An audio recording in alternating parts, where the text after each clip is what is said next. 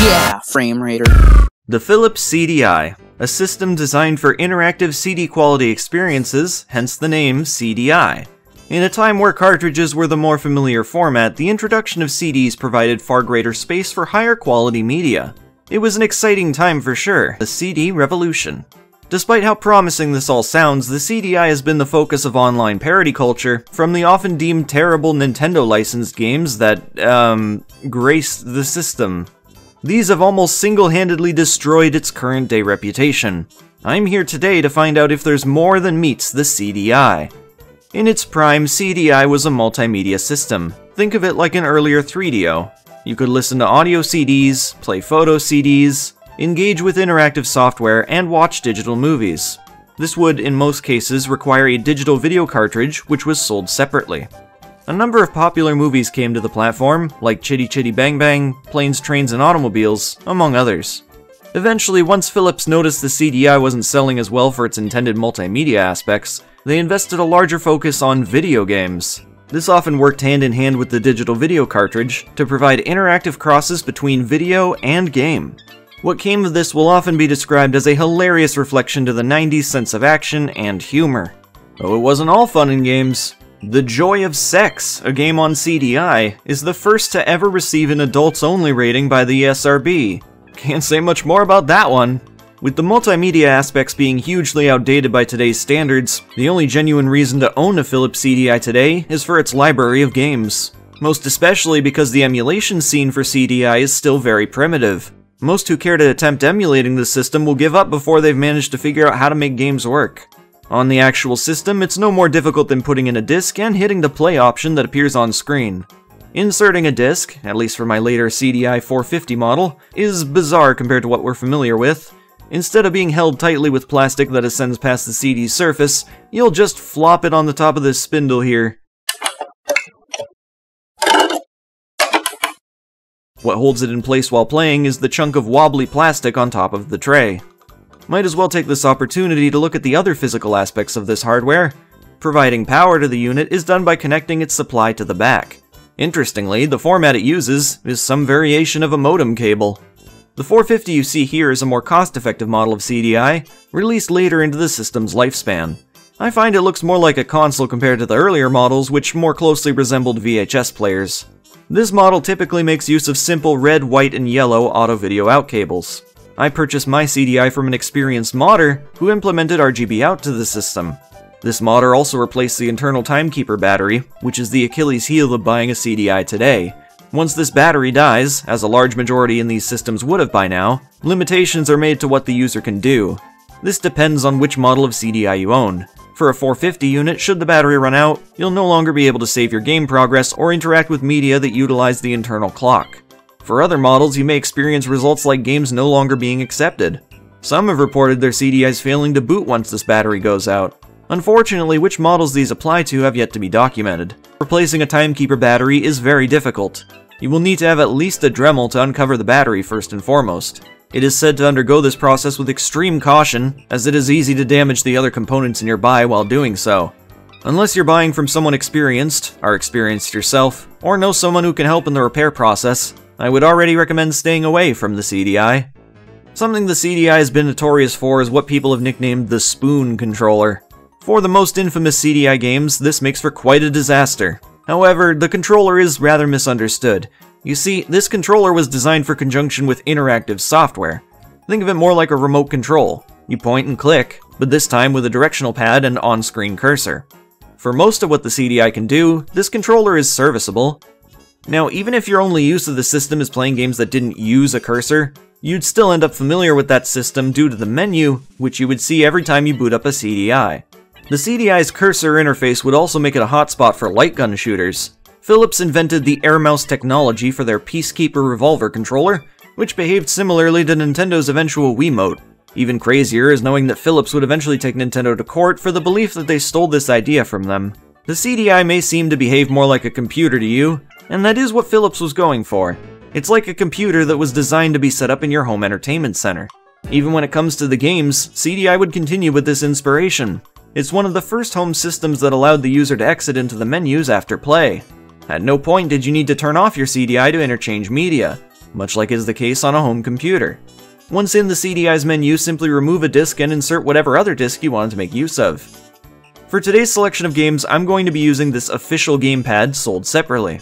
It's what many consider the definitive option for CDI control. While the directional pad still works like a mouse, it is far easier to use this over most other CDI controllers for side-scrolling games. I say most because there is one other CDI controller that resembles a Gravis gamepad. I've never used this CDI controller, although I am familiar with the Gravis style. Purely by my own speculation though, I think the official gamepad would end up being a superior choice. The official gamepad has a switch on the bottom which is used to change the speed of your cursor at any time.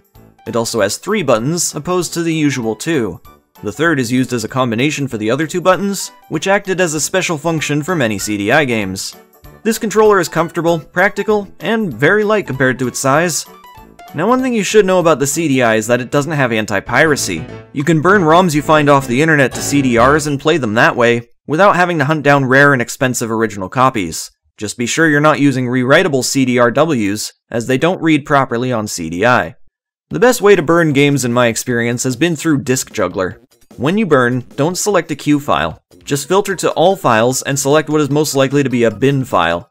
These burning softwares usually don't recognize the CDI format included in a Q file. Simply burning the base game file has always worked fine for me. Of course, your results may vary.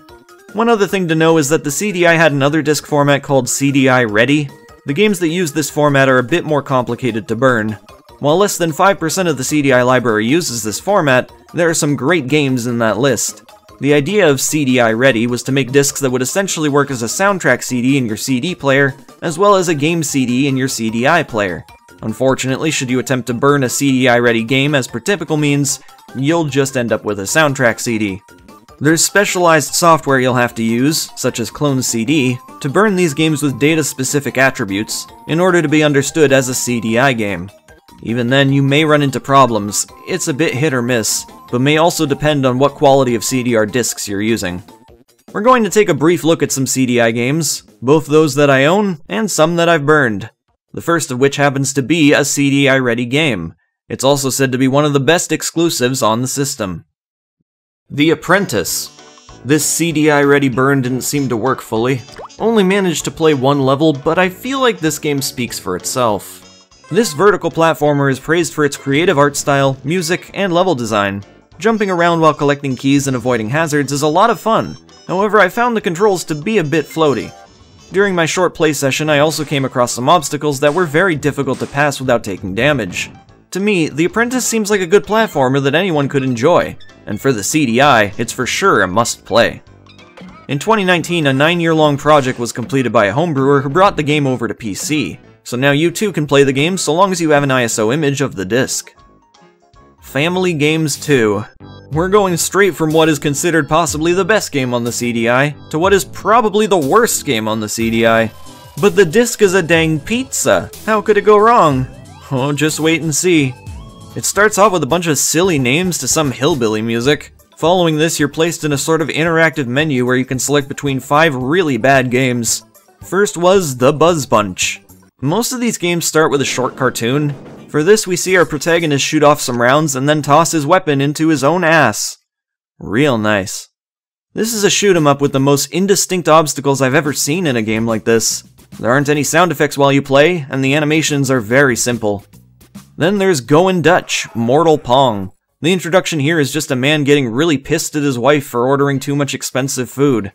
Then you play a basic game of Pong while creating a bloody mess out of the bugs that pass on by. I'm sorry, wasn't this called Family Games? Super Exploding Pizza 2, the new ingredients. You put toppings on a pizza, that's it.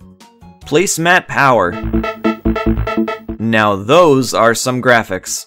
This is your basic painting program. It has some pre-made art you can color in, but that's actually the least interesting thing on offer here. There's a fair selection of shapes and different types of brushes that you can use to create detailed pictures if you put the work in. Yeah, this doesn't beat a computer mouse using MS Paint, but that being said, for its time, it ain't bad. Room Service, with a parody Doom logo. It features this penguin who'll have to complete a couple of missions around a hotel building, which acts more like a labyrinth for the player. All you really do is unlock doors to unlock more doors, and eventually get to wherever the game considers the end of the level. At least that's what I assume to be the case, because honestly, While this can be considered the most ambitious game in the package, I refused to play it for too long because the music was horrible.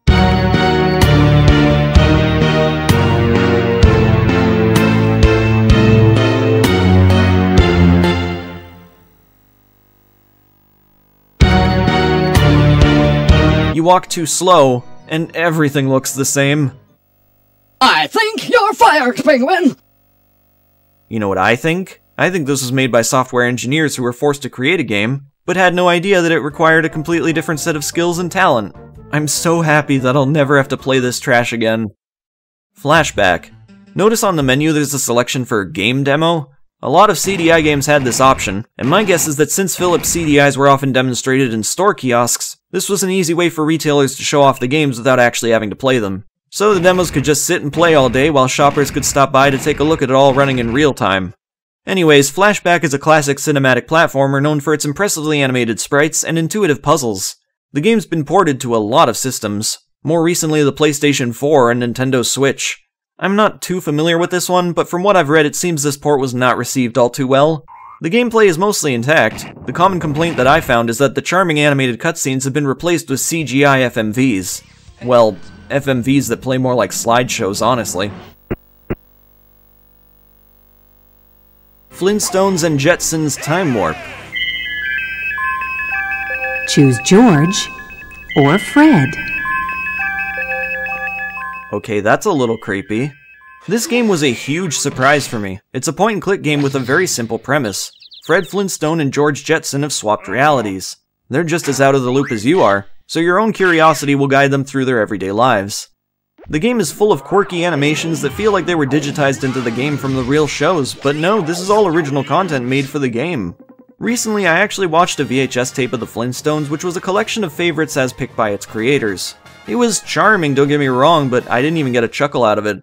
Humor's changed, even by the time this game came out. Interestingly enough, the humor in this game seemed to evolve with those times. This game actually had me laugh out loud. Please state your name. Fred. Thank you. It's always a pleasure to see you. There's a surprising amount of interactivity here, and tons of animated sequences to check out. I know it doesn't look like much, but this is a really great point-and-click game that I highly recommend. Oh, great! I'm on TV, and Bonnie's not even around to see me!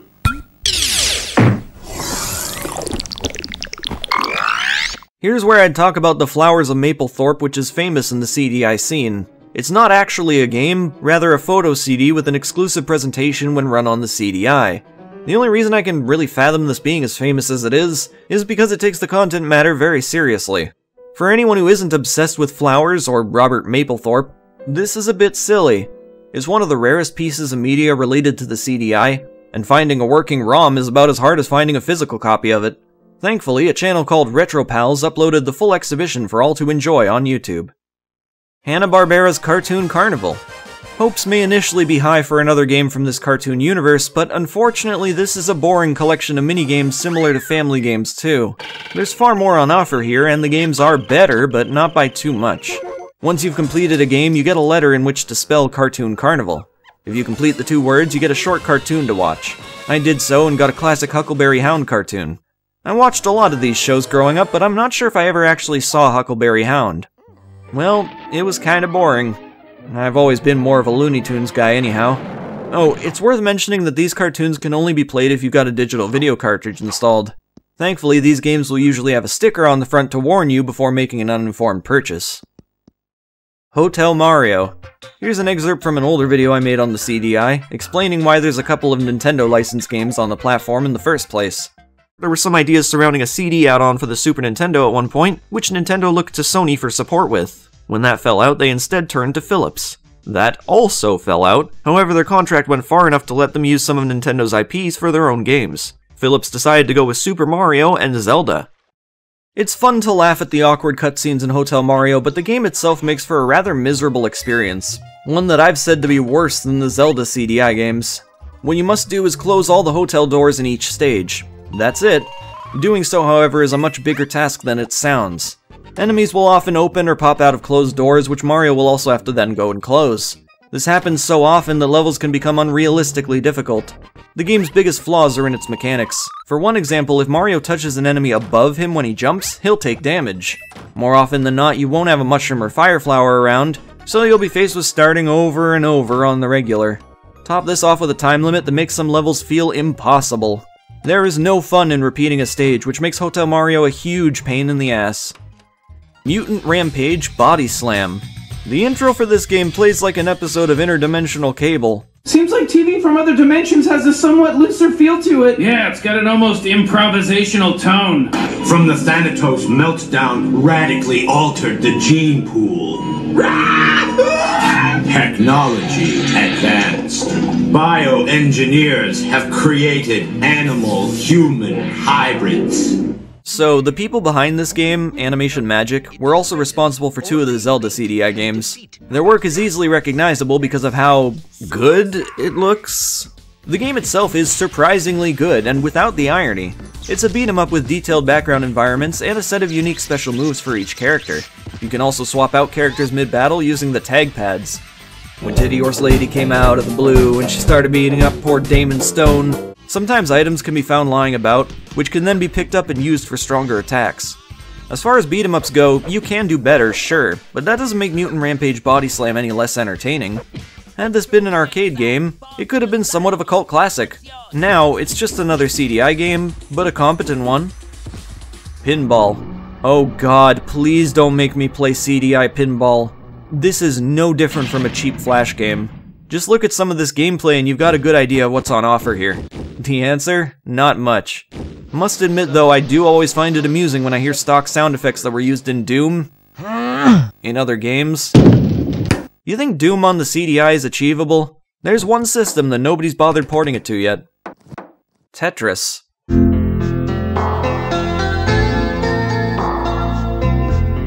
Yeah, this would be perfect for someone to do ASMR with. It's a basic game of Tetris with 9 different FMV backgrounds to soothe your soul. You can choose to clutter your board a bit before starting to make things more interesting, though I'm not sure if a fast-paced, frantic game of Tetris goes well with this atmosphere. Call me crazy, but this music sounds like it'd fit perfectly in a Harvest Moon game.